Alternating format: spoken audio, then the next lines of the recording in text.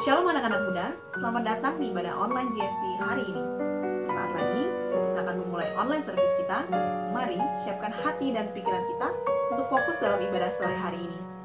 Walau kita harus terpisah jarak, namun kita percaya Tuhan Yesus hadir di tengah ibadah kita. Sama-sama kita akan memuji, menyembah, berdoa dan mendengarkan firman-Nya. Selamat beribadah, Tuhan Yesus memberkati.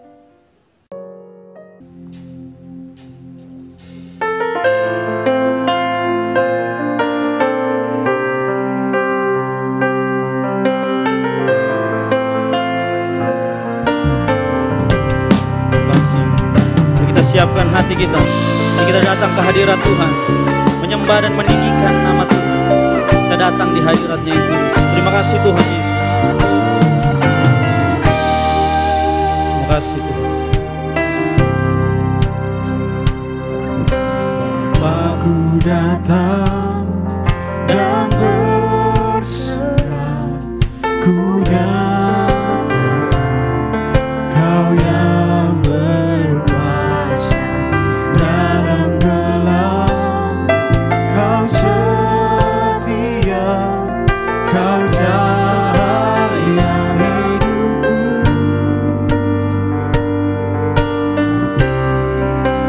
Kau kuatkan aku bertahan, Kau harapan dalam kesesatan, Kau buktikan kesetiaan-Mu Tuhan, Engkau Allah Immanuel. Terima kasih Tuhan Yesus, Kau baik. Haleluya. Kembali kita katakan, Bapakku datang.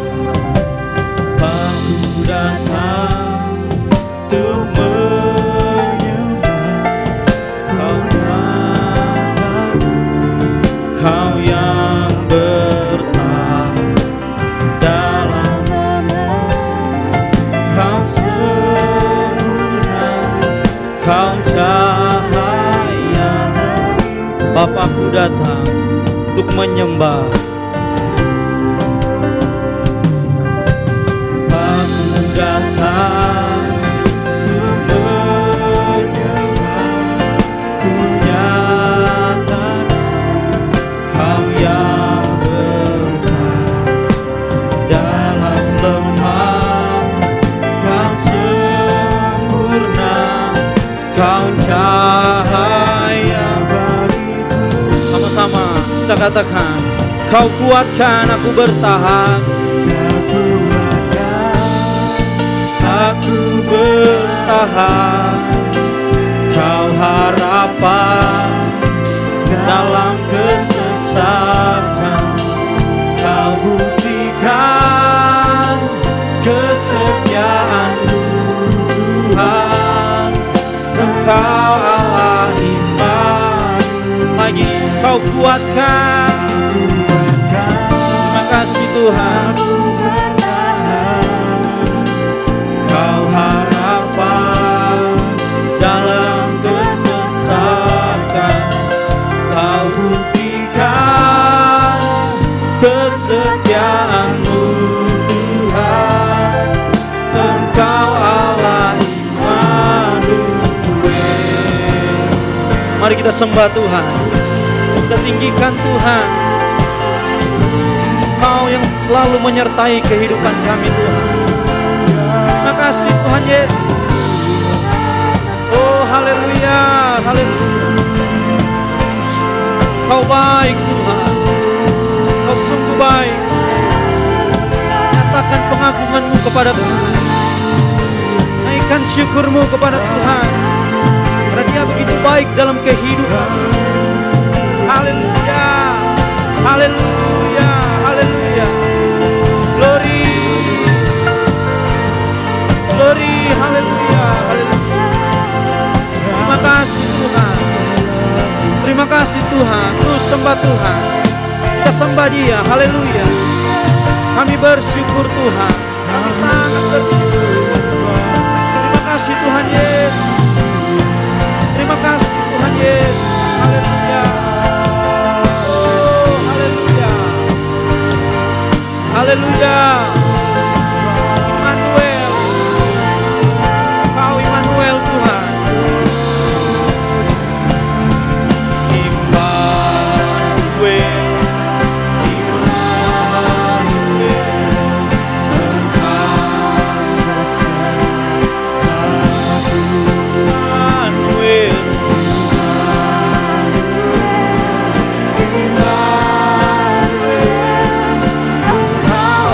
Katakan, kau kuatkan Tuhan.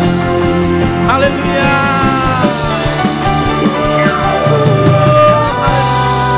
Aku bertahan, kau harapan dalam kesesakan. Baik. Kau buktikan kesetiaan-Mu Tuhan. Lagi. Kau kuatkan, kami bertahan Tuhan. Haleluya, haleluya. Aku bertahan, kau harapan dalam kesesakan. Kau buktikan kesetiaan-Mu Tuhan. Engkau, katakan, kau buktikan Tuhan. Kau setia. Kesetiaan-Mu Tuhan. Engkau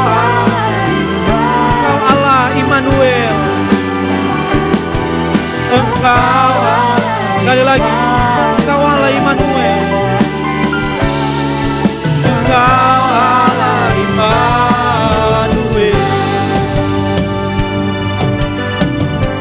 Terima kasih Tuhan Yesus. Kami sangat mempercayai bahwa Engkau menyertai setiap kehidupan kami Tuhan. Kami sangat merasakan begitu nyata penyertaan Tuhan dalam kehidupan kami. Janji Tuhan dalam kehidupan kami sangat rasakan. Penyertaan Tuhan buat kesehatan kekuatan yang Tuhan berikan dalam setiap kami Tuhan. Kami sangat bersyukur Tuhan buat apa yang Tuhan sudah lakukan dalam kehidupan kami. Tuhan Yesus, pada malam hari ini Tuhan kami akan membesarkan, meninggikan, memuji Engkau Tuhan. Layakan, sucikan kami Tuhan, kuduskan setiap kami, supaya kami layak berada di tahta-Mu yang suci ini ya Tuhan Yesus. Urapi kami setiap pelayan-pelayan Tuhan. Layakan kami untuk mengambil bagian ini Tuhan Yesus. Biarlah kemuliaan Tuhan saja yang nampak. Terima kasih ya Tuhan Yesus. Kami akan mulaikan ibadah kami pada malam hari ini. Kami alaskan di dalam nama Tuhan Yesus Kristus. Kami berdoa dengan penuh ucapan syukur. Haleluya. Amin. Puji Tuhan. Pada sore malam hari ini kita akan memuji dan besarkan nama Tuhan. Saya yakin dan percaya kita semua akan merasakan lawatan Tuhan yang sama. Haleluya.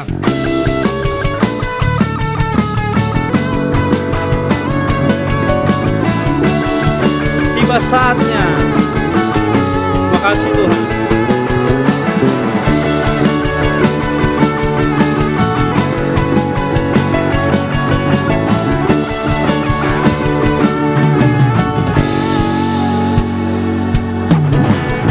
Tiba saatnya kami berkumpul bersama dari suku dan bangsa, berdiri di hadapan Tuhan, sesuara menyatakan keselamatan bagi hamba yang buruk dan berkata, kami naikkan pada anak domba. Pujian dan kekuatan, hormat dan kekuasaan, kemuliaan bagi-Nya selamanya.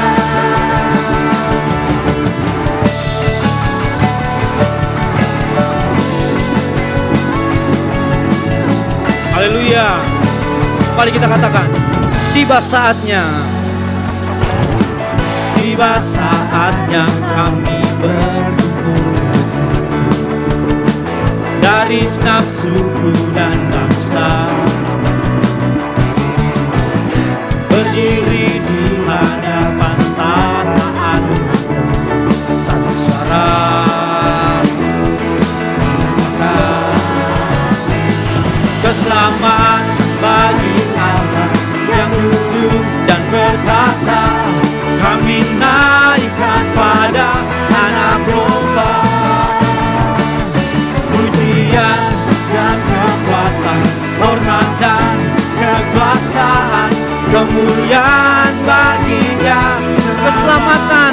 bagi Allah. Keselamatan bagi Haleluya. yang dulu berkata, oh kami naikkan pada Anak Domba. Pujian dan kekuatan, hormatan, kekuasaan, kemuliaan bagi Dia selamanya. Mari kita katakan, mari kita lebih semangat lagi memuji Tuhan. Haleluya. Puji Tuhan, terima kasih Tuhan Yesus. Tiba saatnya kami berpisah dari segenap suku dan bangsa,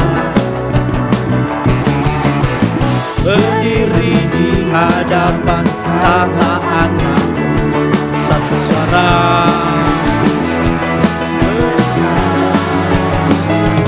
Keselamatan bagi Allah yang hidup dan berkata, kami naikkan pada Anak Domba. Oh pujian dan kekuatan, hormat dan kekuasaan, kemuliaan bagi Sekali lagi kita katakan, keselamatan bagi Allah. Keselamatan bagi Allah yang duduk dan berkata, kami naikkan pada Anak Domba. Oh pujian dan kekuatan, hormat dan kekuasaan, kemuliaan bagi Dia selamanya. Kemuliaan bagi Dia. Kemuliaan bagi Dia, kemuliaan bagi Dia, kemuliaan bagi Dia selamanya. Haleluya. Puji Tuhan. Kita akan masih mau tetap memuji Tuhan. Kita harus menyatakan Tuhan adalah yang terbesar. Kau terbesar dan mulia, ajaib semua perbuatanmu. Kau terbesar dan mulia, biarlah semua memuji Tuhan. Kita muji Tuhan, kita nyatakan Dia adalah Tuhan yang terbesar dan termulia dalam kehidupan kita. Haleluya.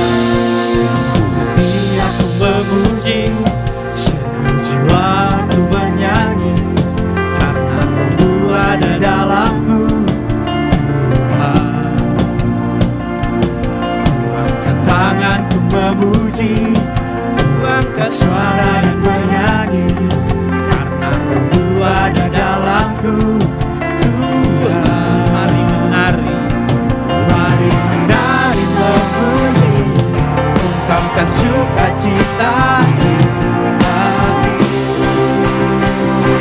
Kau terbesar dan mulia, ajaib semua perbuatanmu. Amin Tuhan. Kau terbesar dan mulia, biarlah semua memuji. lagi kita nyatakan keagungan kita kepada Tuhan. Haleluya. Terima kasih Tuhan Yesus. Senang hati aku memuji, senang jiwaku bernyanyi, karena Roh-Mu ada dalamku. Kami angkat tangan memuji, tanganku memuji, ku angkat suara bernyanyi, Roh-Mu ada dalamku. Tuhan, mari menari memuji, ungkapkan sukacita di hati. Kau besar dan mulia, ajaib semua perbuatanmu. amin Tuhan.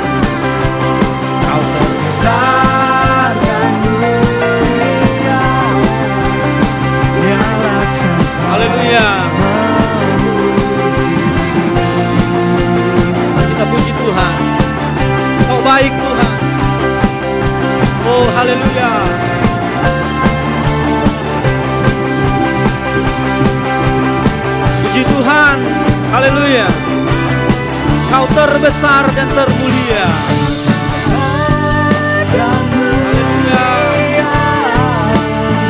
Ajaib semua perbuatan-Mu. Kau terbesar Tuhan. Kau terbesar dan mulia. Biarlah Sekali lagi katakan, Kau terbesar Tuhan. Kau terbesar dan mulia. Ajaib semua perbuatan-Mu.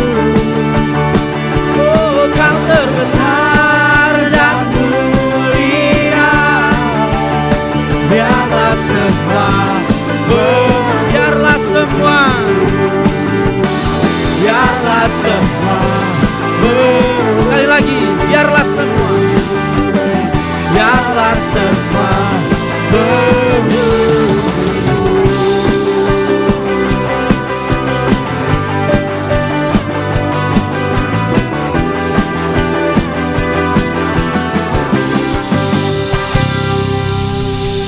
puji Tuhan, haleluya. Kita sudah meninggikan, memuliakan nama Tuhan.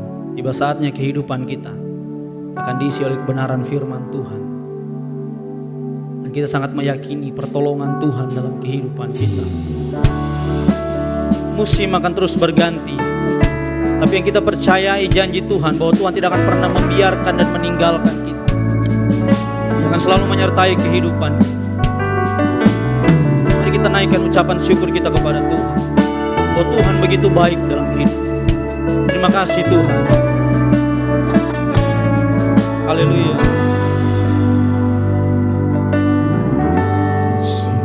akan selalu berganti. Kasih Tuhan tetap abadi. Tak akan berubah sampai selamanya.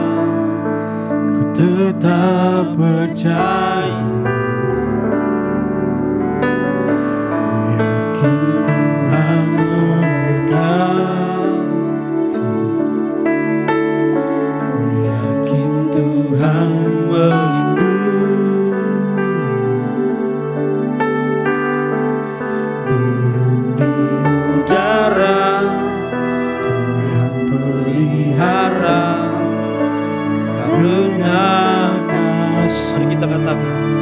Tuhan selalu menolong. Tuhan selalu menolongku,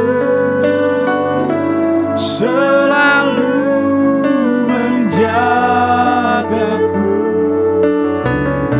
Sehelai di rambutku tak akan terjatuh tanpa seizinmu.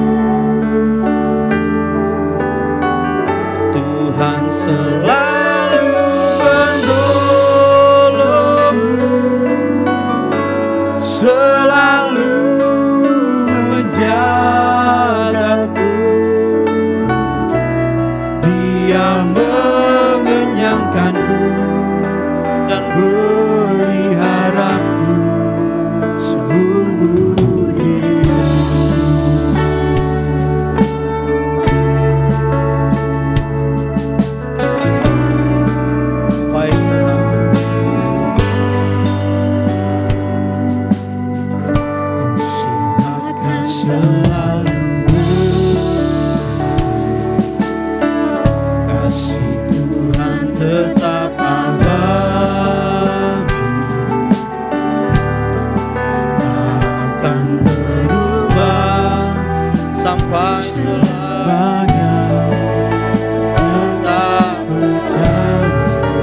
Yakin Tuhan memberkati.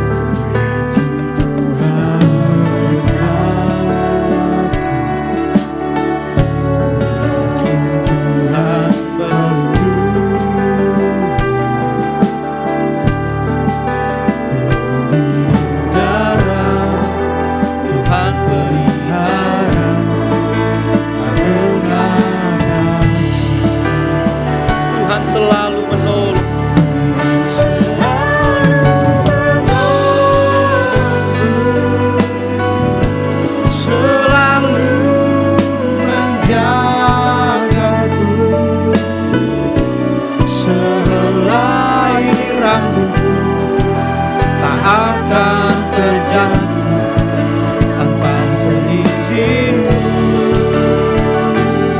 kasih Tuhan.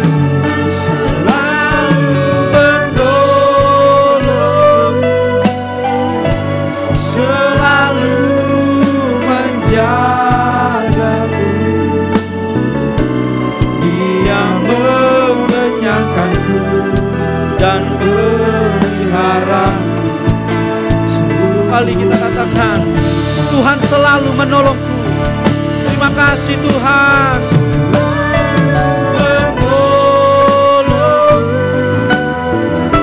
selalu menjagaku. Sehelai rambut Tak akan terjatuh tanpa seizin. Oh, terima kasih Tuhan Yesus. Selalu menolong, selalu menjagaku. Dia mengenyangkanku Dan melihara seluruh. kasih Tuhan. Mari kita sembah Tuhan. Terima kasih Tuhan. Terima kasih Tuhan. Terima kasih buat pertolongan Tuhan yang nyata dalam hidup. Terima kasih Tuhan Yesus. Kami sangat bersyukur buat pertolongan Tuhan. Terima kasih Tuhan. Terima kasih. Kami bersyukur. Oh, haleluya. Tuhan baik, Tuhan baik. Baik. Terima kasih Tuhan, terima kasih. Terima kasih. Oh, haleluya. Ku sembah Tuhan.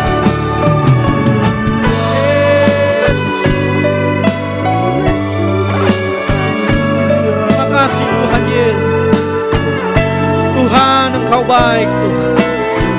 Engkau sungguh baik dalam kehidupan. Merasakan pertolongan Tuhan dalam hidup kami. Oh, Engkau Tuhan tidak pernah meninggalkan dan tidak pernah membiarkan kehidupan kami. Kami merasakan kenyamanan, keamanan bersama dengan Tuhan. Tuhan baik, Tuhan baik. Haleluya, haleluya. Dengan penuh keyakinan, mari kita katakan, Tuhan selalu menolong. Oh, haleluya. Selalu menolong,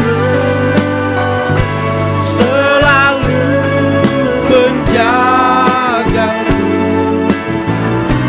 Sehelai rambut tak akan terjatuh tanpa seizin. Haleluya. Menolong,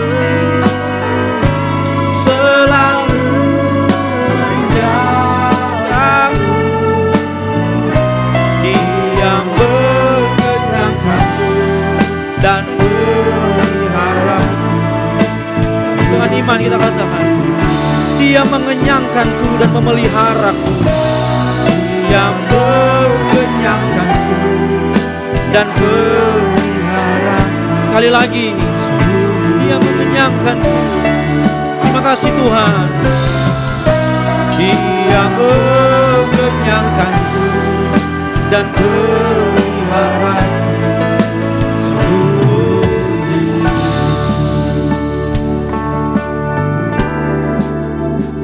Terima kasih Tuhan, terima kasih. Segala puji syukur kami kembalikan kepada-Mu Tuhan. Terima kasih Tuhan karena Kau telah menyertai ibadah kami. Kami telah memuji memuliakan nama-Mu Tuhan. Tiba saatnya Tuhan kami akan mendengarkan sebagian dari firman-Mu. Kiranya Engkau berkati hamba-Mu yang Kau percayakan Tuhan untuk berbicara. Biarlah dia berbicara sesuai dengan kehendak Tuhan.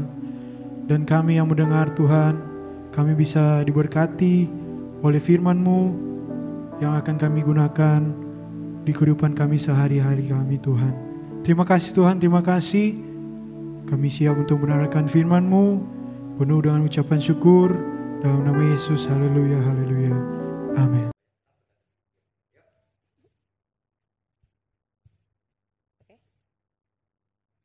Puji Tuhan.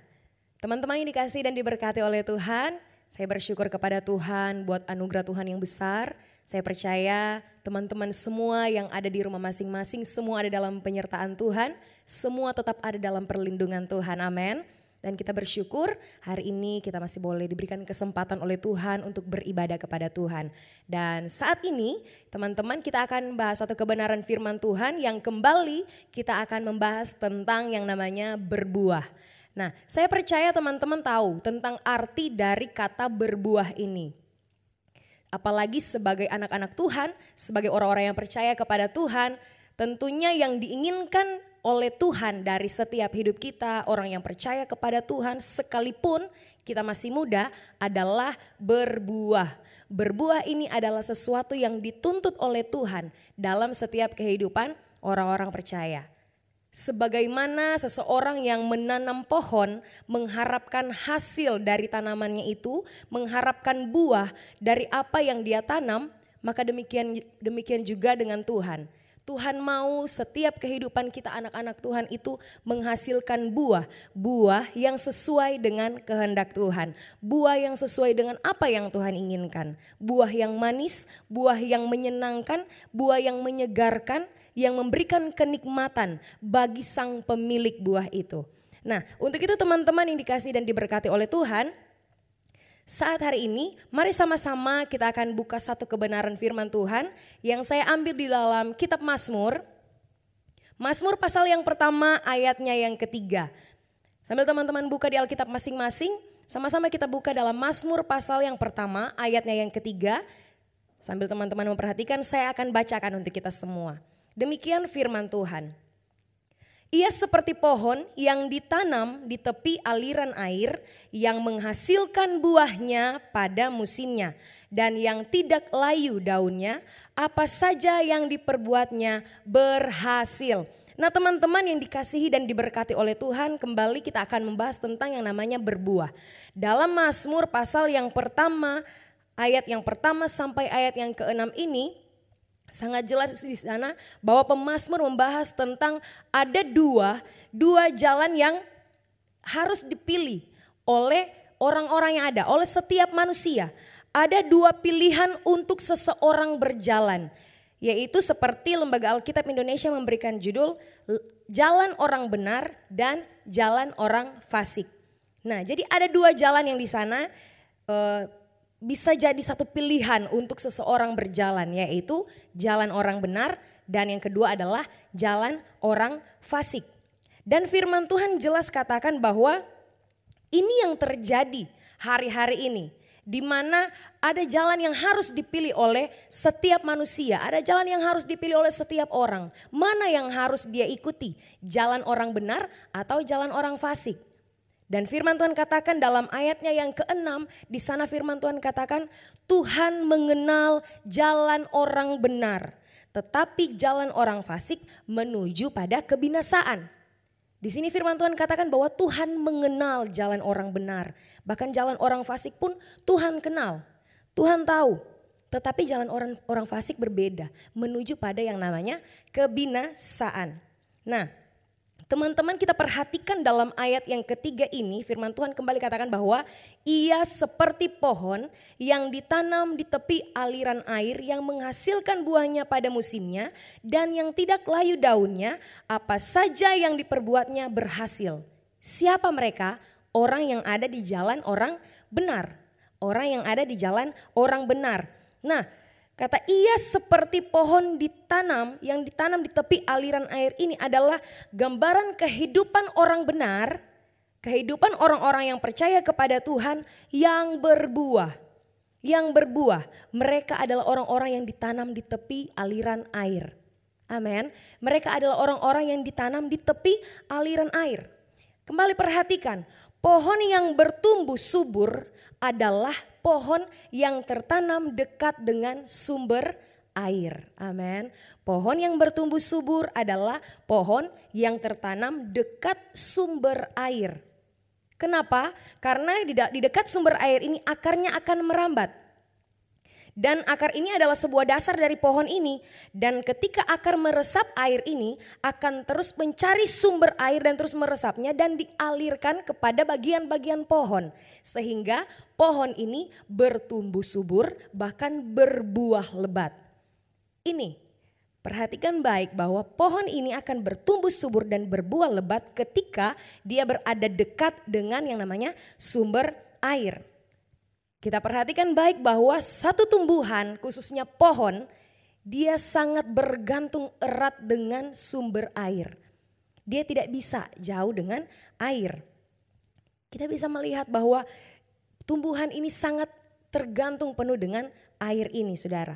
Nah sekali lagi teman-teman yang dikasihi dan diberkati Tuhan, ini adalah gambaran kita sebagai manusia. Amin. Kita sebagai manusia yang tidak bisa hidup. Yang tidak bisa hidup di luar Tuhan yang adalah sumber air hidup itu. Amin. Kita tidak bisa hidup tanpa Tuhan. Kehidupan kita digambarkan seperti pohon yang harus berada dekat dengan sumber mata air. Amin. Puji Tuhan. Kembali kita perhatikan. Ayat yang ketiga ini berkata, pohon yang dekat dengan sumber air, sekali lagi dia akan tumbuh subur dan berbuah pada musimnya. Nah, teman-teman, kalau kita perhatikan dari ayat yang ketiga bagian A, di sana firman Tuhan katakan ia seperti pohon yang ditanam di tepi aliran air yang menghasilkan buahnya pada musimnya. Kalau kita perhatikan dalam ayat yang ketiga ini, ada dua bagian penting kalau teman-teman perhatikan di sana. Ada dua bagian penting kenapa sebuah pohon ini bisa berbuah.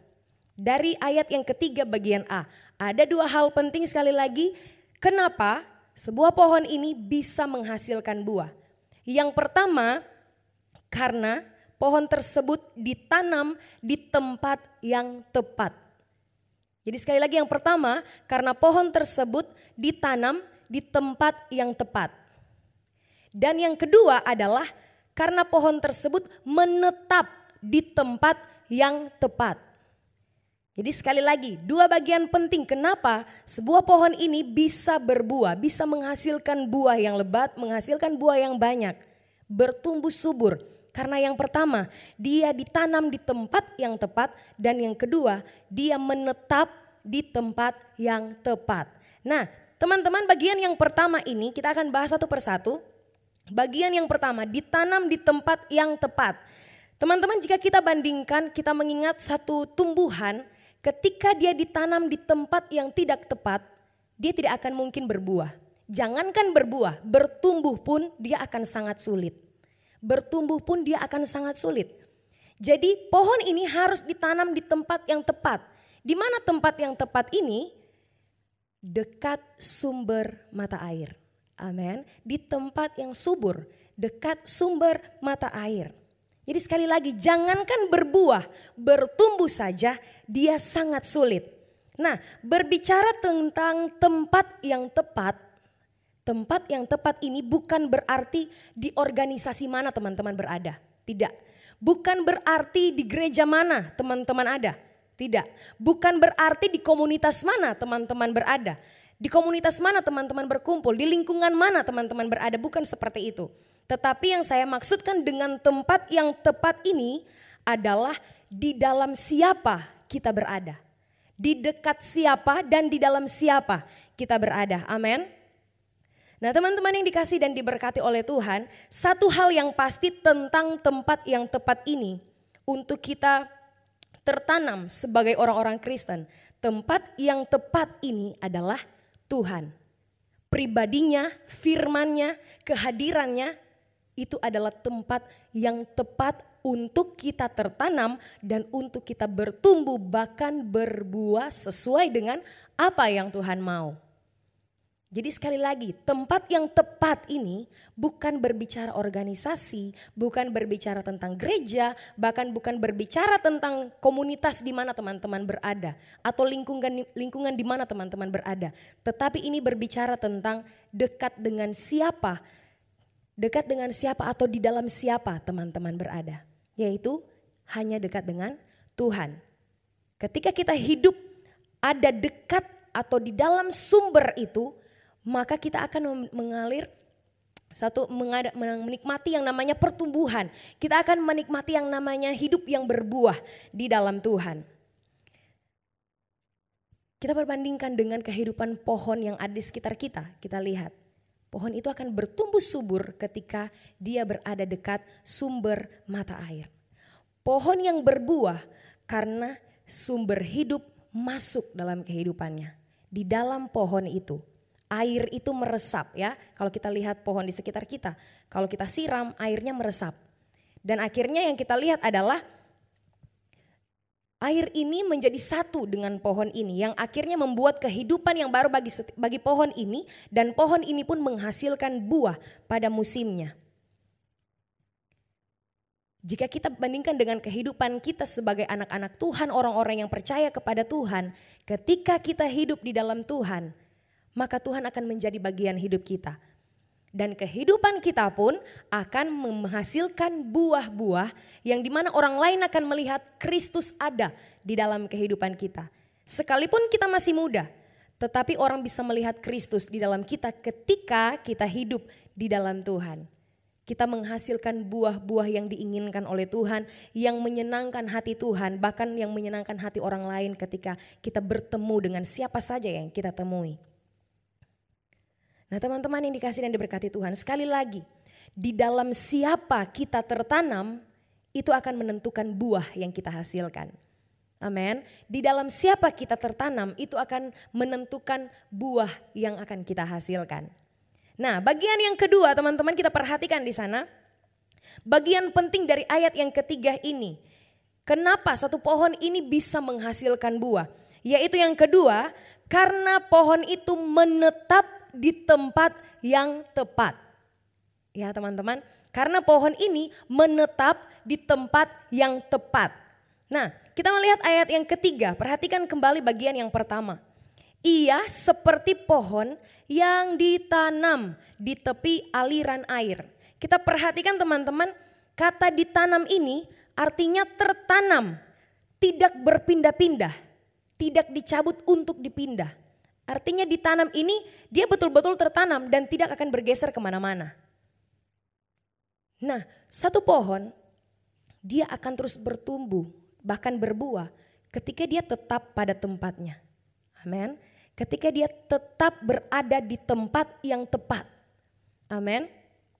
Nah teman-teman yang dikasih dan diberkati oleh Tuhan, seharusnya jika kita sudah tahu, jika kita sudah ada dalam pertumbuhan yang baik ke arah Tuhan sebagai anak-anak Tuhan. Nah ini firman Tuhan ingatkan bagi setiap kehidupan kita, apalagi yang masih muda. Karena terkadang anak-anak muda masih terombang-ambingkan dengan keadaan yang ada di sekitar. Benar kan? Anak-anak muda ini masih terombang-ambingkan dengan keadaan-keadaan yang di sekitar. Tetapi firman Tuhan kembali ingatkan dalam bagian yang kedua ini, pohon yang terus berbuah adalah pohon yang tetap menetap, tertanam di tempat yang tepat. Seharusnya ketika kita sudah tahu kita ada di tempat yang tetap, yang tepat, kita akan terus menetap di dalamnya. Supaya apa? Buah itu terus dihasilkan melalui kehidupan kita. Buah itu akan terus dihasilkan melalui kehidupan kita dan kita terus akan hidup mempermuliakan nama Tuhan. Nah teman-teman yang dikasih dan diberkati oleh Tuhan, kembali kita lihat kehidupan suatu pohon yang bertumbuh. Ketika dia sudah bertumbuh, itu berarti dia berada di tempat yang seharusnya tepat ya, kalau dia sudah ada pertumbuhan. Tetapi jika sang pemiliknya cabut, dipindah lagi, cabut, dipindah lagi, apakah teman-teman jamin pohon tersebut akan terus bertumbuh? Jangankan berbuah, bertumbuh saja tidak. Tidak ada pertumbuhan, bahkan tidak ada buah yang dihasilkan ketika pohon itu tidak menetap di tempat yang tepat. Dia harus terus menetap, bertumbuh dan berbuah di satu tempat yang sama, yaitu tempat yang tepat yang kita bahas bagian yang pertama tadi. Nah teman-teman yang dikasihi dan diberkati Tuhan, ini adalah selanjutnya ketika kita terus berbuah di hadapan Tuhan, terus tertanam, tetaplah menetap di tanah yang tepat, amin. Di tempat yang tepat, teruslah menetap di situ.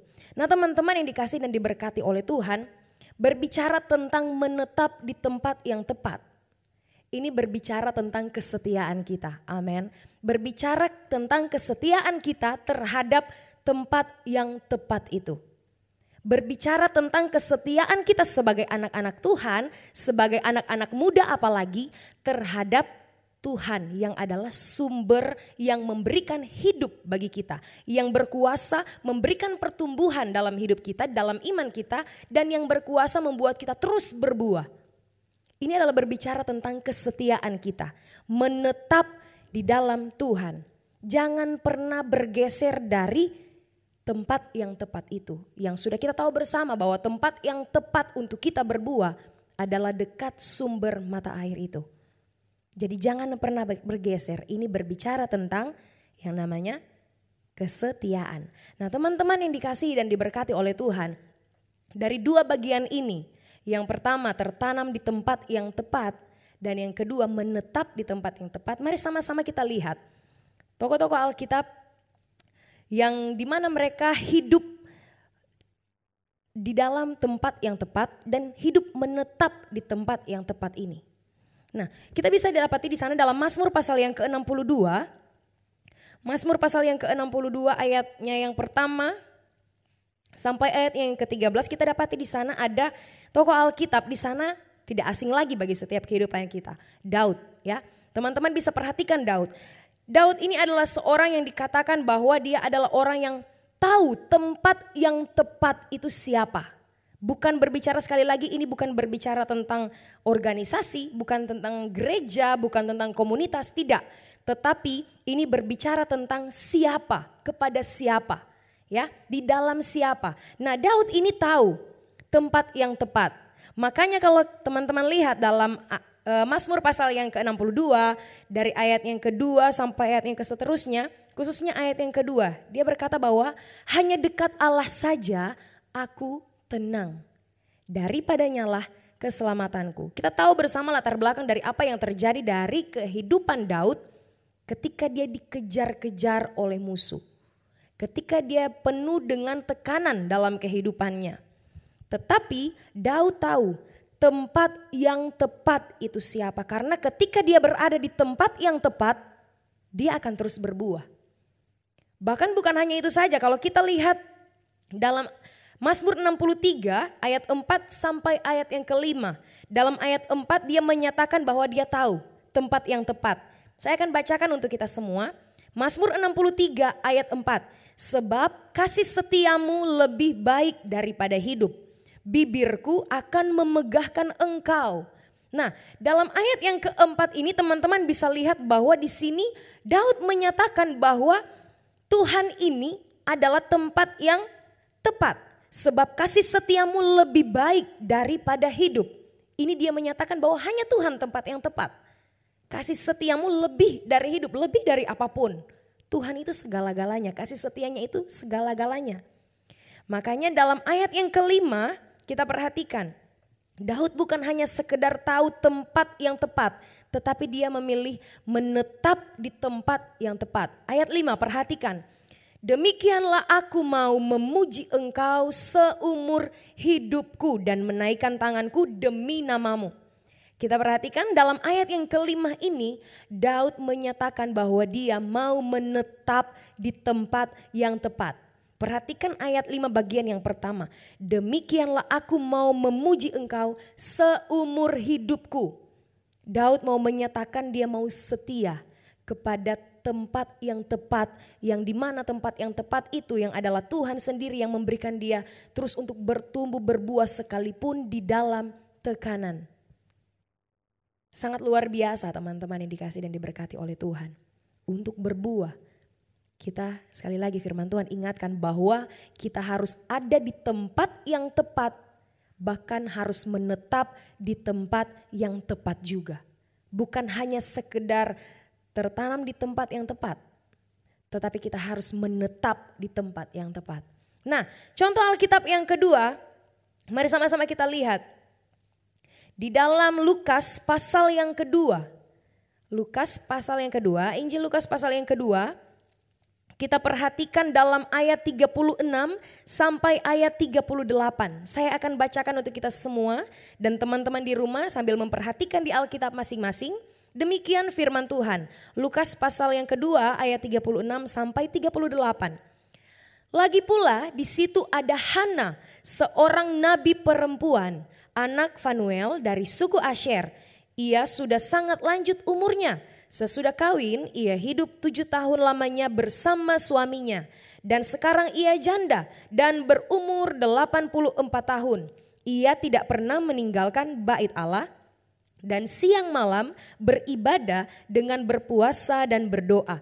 Dan pada ketika itu juga datanglah ia ke situ dan mengucap syukur kepada Allah dan berbicara tentang anak itu kepada semua orang yang menantikan kelepasan untuk Yerusalem. Nah teman-teman yang dikasihi dan diberkati oleh Tuhan, kalau kita lihat di dalam ayat ini Injil Lukas pasal 2 ayat 36 sampai ayat 38, di sana ada seorang janda tua umur 84 tahun, tidak muda lagi yang pastinya ya. Apalagi kita sebagai anak-anak muda, kita belajar dari janda yang sudah berumur 84 tahun ini. Dia adalah seorang janda, seorang nabi perempuan. Dia adalah seorang yang tahu di mana tempat yang tepat untuk dia berbuah. Dia adalah seorang yang tahu di mana tempat yang tepat untuk dia bertumbuh dan menghasilkan buah. Dia tahu dalam ayat ini dikatakan bahwa dia adalah seorang yang hidup di dalam bait Allah.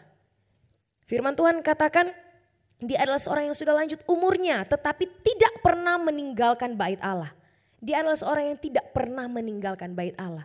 Kita lihat dari ayat yang ke-37 ini ternyata bukan hanya tahu di mana tempat yang tepat, tetapi Nabi Hana ini seorang janda berusia 84 tahun.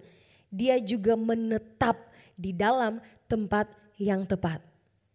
Kenapa? Karena dia tahu ketika dia tertanam di tempat yang tepat dan menetap juga di tempat yang tepat, dia akan terus menghasilkan buah.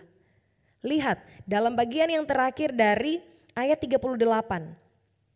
Dan pada ketika itu juga datanglah ia ke situ dan mengucap syukur kepada Allah dan berbicara tentang anak itu kepada semua orang yang menantikan kelepasan untuk Yerusalem. Di usianya yang sudah lanjut 84 tahun. Dia tetap firman Tuhan katakan berbicara tentang anak. Perhatikan kata anak di sini huruf besar. Berarti dia menyaksikan tentang Yesus kepada semua orang yang menantikan kelepasan untuk Yerusalem. Dia terus berbuah di usia 84 tahun. Seorang janda yang tidak mudah lagi. Nah teman-teman bagaimana dengan kehidupan kita? Anak-anak muda ya. Anak-anak muda belajar dari seorang janda tua berusia 84 tahun. Seorang yang tahu di mana tempat yang tepat untuk dia bertumbuh dan berbuah, bahkan bukan hanya sekedar tahu, tetapi dia mau menetap, artinya dia mau setia. Dia mau setia dengan keberadaannya ketika dia tahu tempat yang tepat itu di mana. Nah teman-teman yang dikasih dan diberkati oleh Tuhan, tokoh yang ketiga mari sama-sama kita buka di dalam Ibrani pasal yang ke-11. Ayatnya yang ke-24 sampai ayat yang ke-27. Ibrani pasal yang ke-11 ayat 24 sampai 27 saya akan bacakan untuk kita semua. Karena iman maka Musa setelah dewasa menolak disebut anak putri Firaun. Karena ia lebih suka menderita sengsara dengan umat Allah daripada untuk sementara menikmati kesenangan dari dosa. Ia menganggap penghinaan karena Kristus sebagai kekayaan yang lebih besar daripada semua harta Mesir. Sebab pandangannya ia arahkan kepada upah. Karena iman maka ia telah meninggalkan Mesir dengan tidak takut akan murka raja. Ia bertahan sama seperti ia melihat apa yang tidak kelihatan. Nah teman-teman yang dikasihi dan diberkati oleh Tuhan, kita tahu Musa ini siapa ya. Musa ini adalah seorang yang dipakai oleh Tuhan untuk memimpin bangsa Israel ketika mereka keluar dari tanah Mesir. Sekalipun dia tidak dipercayakan oleh Tuhan untuk masuk ke tanah perjanjian ya. Kita tahu bersama kisah ini. Dan kita lihat teman-teman, Musa ini adalah anak dari orang Lewi yang bernama Amram dan Yokebed. Nah teman-teman, kita tahu bersama bahwa Amram dan Yokebed ini adalah orang yang beriman kepada Tuhan. Orang yang beriman kepada Tuhan, dan dengan iman ketika keadaan saat itu membuat mereka harus melepaskan Musa di tepi sungai Nil di dalam peti yang akhirnya dia diambil oleh putri Firaun. Tapi perbuatan mereka ini adalah perbuatan yang karena iman mereka kepada Tuhan. Yang akhirnya untuk memelihara Musa, Miriam kakak dari Musa ini meminta kepada putri Firaun untuk supaya ada inang penyusu yang harus merawat Musa. Yang bukan kebetulan, tapi saya percaya bahwa semua ada dalam rencana Tuhan, semua ada dalam seizin Tuhan. Yokebed, ibu Musa sendiri yang menjadi inang penyusu bagi Musa. Dan saya percaya bahwa di tengah-tengah dia merawat Musa pada saat itu, di tanah Mesir itu, dia menanamkan iman yang ada padanya kepada Musa. Iman yang ada kepadanya untuk dimiliki oleh anaknya Musa. Yang akhirnya teman-teman tahu bahwa iman yang Musa miliki dari kedua orang tuanya yang beriman juga kepada Tuhan membuat Musa terus bertahan, membuat Musa tahu tempat yang tepat untuk dia bertumbuh itu siapa. Siapa, bukan berbicara tempat di mana, tetapi kepada siapa tempat yang tepat untuk dia bertumbuh dan berbuah. Bahkan dengan segala sesuatu yang terjadi dalam kehidupannya, dia menetap di tempat yang tepat. Sehingga dia terus menghasilkan buah. Nah teman-teman yang dikasih dan diberkati oleh Tuhan. Banyak hal yang perlu kita perhatikan dalam kehidupan kita sebagai anak-anak Tuhan. Apalagi sebagai anak-anak muda yang sekali lagi saya katakan bahwa anak-anak muda terlalu sering diombang-ambingkan dengan keadaan. Satu hal yang perlu kita pastikan dalam kehidupan kita adalah kita harus perlu ketahui dan benar-benar imani di mana tempat yang tepat untuk kita tertanam.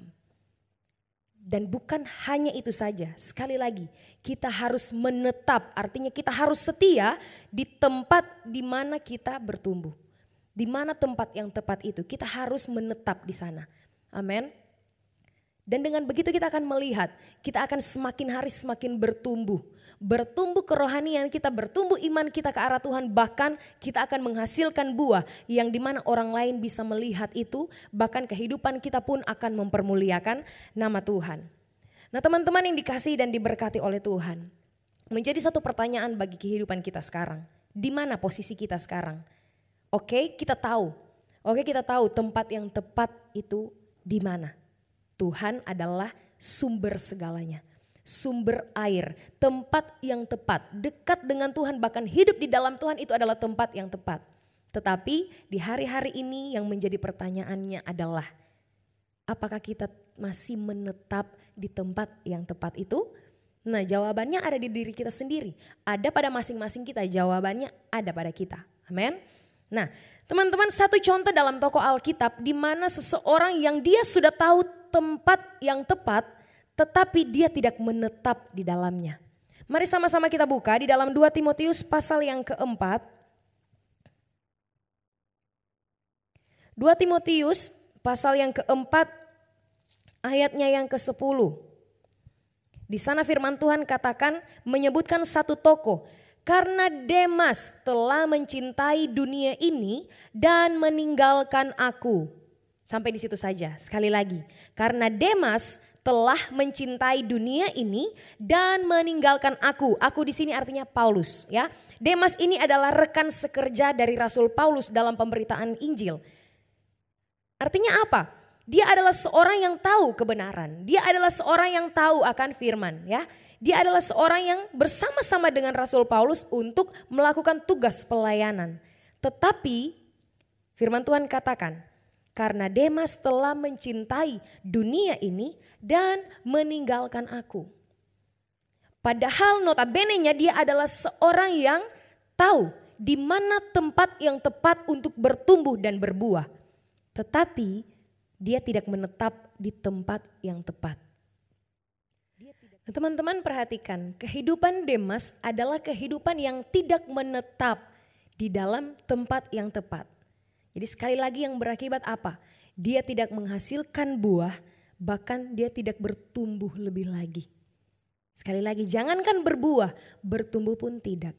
Nah teman-teman yang dikasih dan diberkati oleh Tuhan, begitupun dalam setiap kehidupan kita. Coba kita perhatikan, satu tumbuhan ketika dia ditanam, dicabut lagi, kemudian dipindah lagi, ditanam lagi, dicabut lagi, dan dipindah lagi. Apakah dia akan terus bertumbuh? Tidak akan bertumbuh, bahkan berbuah pun tidak. Bahkan yang dihasilkan hanyalah pembusukan. Sekali lagi yang dihasilkan adalah pembusukan. Nah untuk itu teman-teman yang dikasihi dan diberkati oleh Tuhan, mari kita kembali dalam Mazmur pasal yang pertama, ayatnya yang kedua.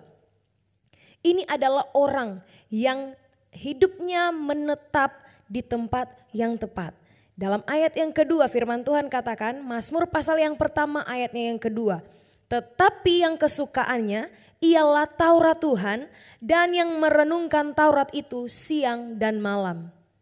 Orang yang merenungkan Taurat itu siang dan malam dan yang melakukannya bukan hanya sekedar merenungkan, dia adalah orang yang tahu menetap di tempat yang tepat dan bahkan dia adalah orang yang dikatakan setia kepada Tuhan. Nah teman-teman yang dikasih dan diberkati oleh Tuhan, perhatikan di hari-hari ini kita adalah anak-anak muda yang perlu kita perhatikan bahwa kita harus mengingat di mana tempat yang tepat. Bahkan bukan hanya sampai di situ saja, tetapi kita harus menetap, artinya kita harus setia kepada Tuhan. Sehingga apa? Kita akan terus menghasilkan buah. Kita dalam pertumbuhan iman kepada Tuhan kita akan menghasilkan buah dan orang lain bisa melihat buah itu dari kehidupan kita. Dan bahkan Tuhan dipermuliakan lewat segala sesuatu yang kita lakukan. Karena apa? Kita adalah alat Tuhan yang Tuhan pakai untuk mempermuliakan nama Tuhan. Nah jadi dari segala sesuatu buah yang kita hasilkan, tujuannya hanya satu, adalah untuk kemuliaan nama Tuhan. Asalkan apa? Lihat ayat yang kedua, kita adalah orang-orang yang kesukaannya ialah Taurat Tuhan dan merenungkan Taurat itu siang dan malam. Merenungkan di sini sekali lagi bukan hanya sekedar merenungkan, tetapi melakukannya dalam setiap kehidupan kita. Nah teman-teman yang dikasih dan diberkati oleh Tuhan, kiranya firman Tuhan pada hari ini bisa memberkati setiap kehidupan kita dan Roh Kudus tolong kita semua untuk kita bisa menjadi pelaku-pelaku akan kebenaran firman Tuhan. Amin. Puji nama Tuhan, demikianlah firman Tuhan kita pada hari ini. Mari sama-sama teman-teman kita semua kita akan berdoa kepada Tuhan. Biar kita minta Tuhan tolong kita semua untuk menjadi anak-anak muda yang benar-benar terus berbuah. Yang tahu tempat yang tepat untuk berbuah, bahkan yang menetap di tempat yang tepat. Mari sama-sama kita tundukkan kepala dan kita berdoa kepada Tuhan. Bapa terima kasih, kami bersyukur anugerah-Mu besar melimpah atas setiap kehidupan kami. Terima kasih buat keberadaan kami sampai pada hari ini. Kami terlalu yakin dan percaya bahwa semua hanya oleh karena anugerah Tuhan dalam kehidupan kami.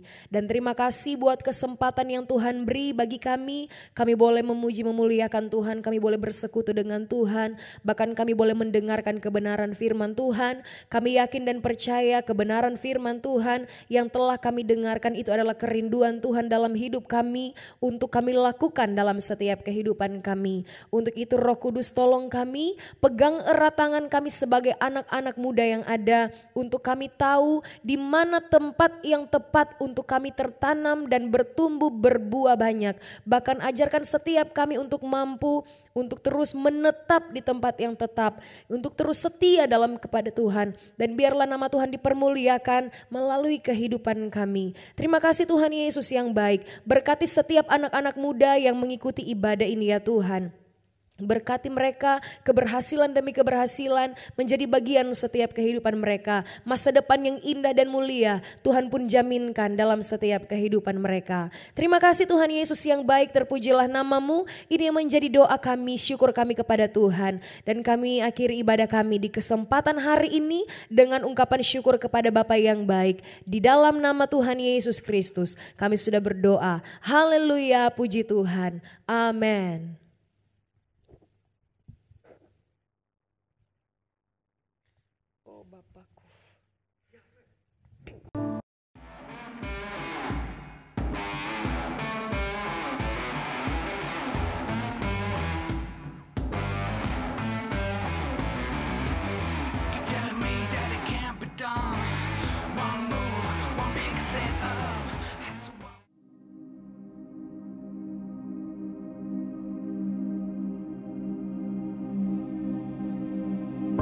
JFC adalah keluarga. Hal yang menarik JFC adalah keluargaannya. Waktu saya sebagai pendatang, saya sebagai perantau, saya memiliki keluarga yang dimana saya bisa ditopang, dibantu, disupport dalam semua aktivitas yang saya kerjakan. Kebanyakan kalau ditanya JFC kayak apa, ya kekeluargaannya bagus, persaudaraannya bagus, unity-nya bagus, kira-kira kayak gitu.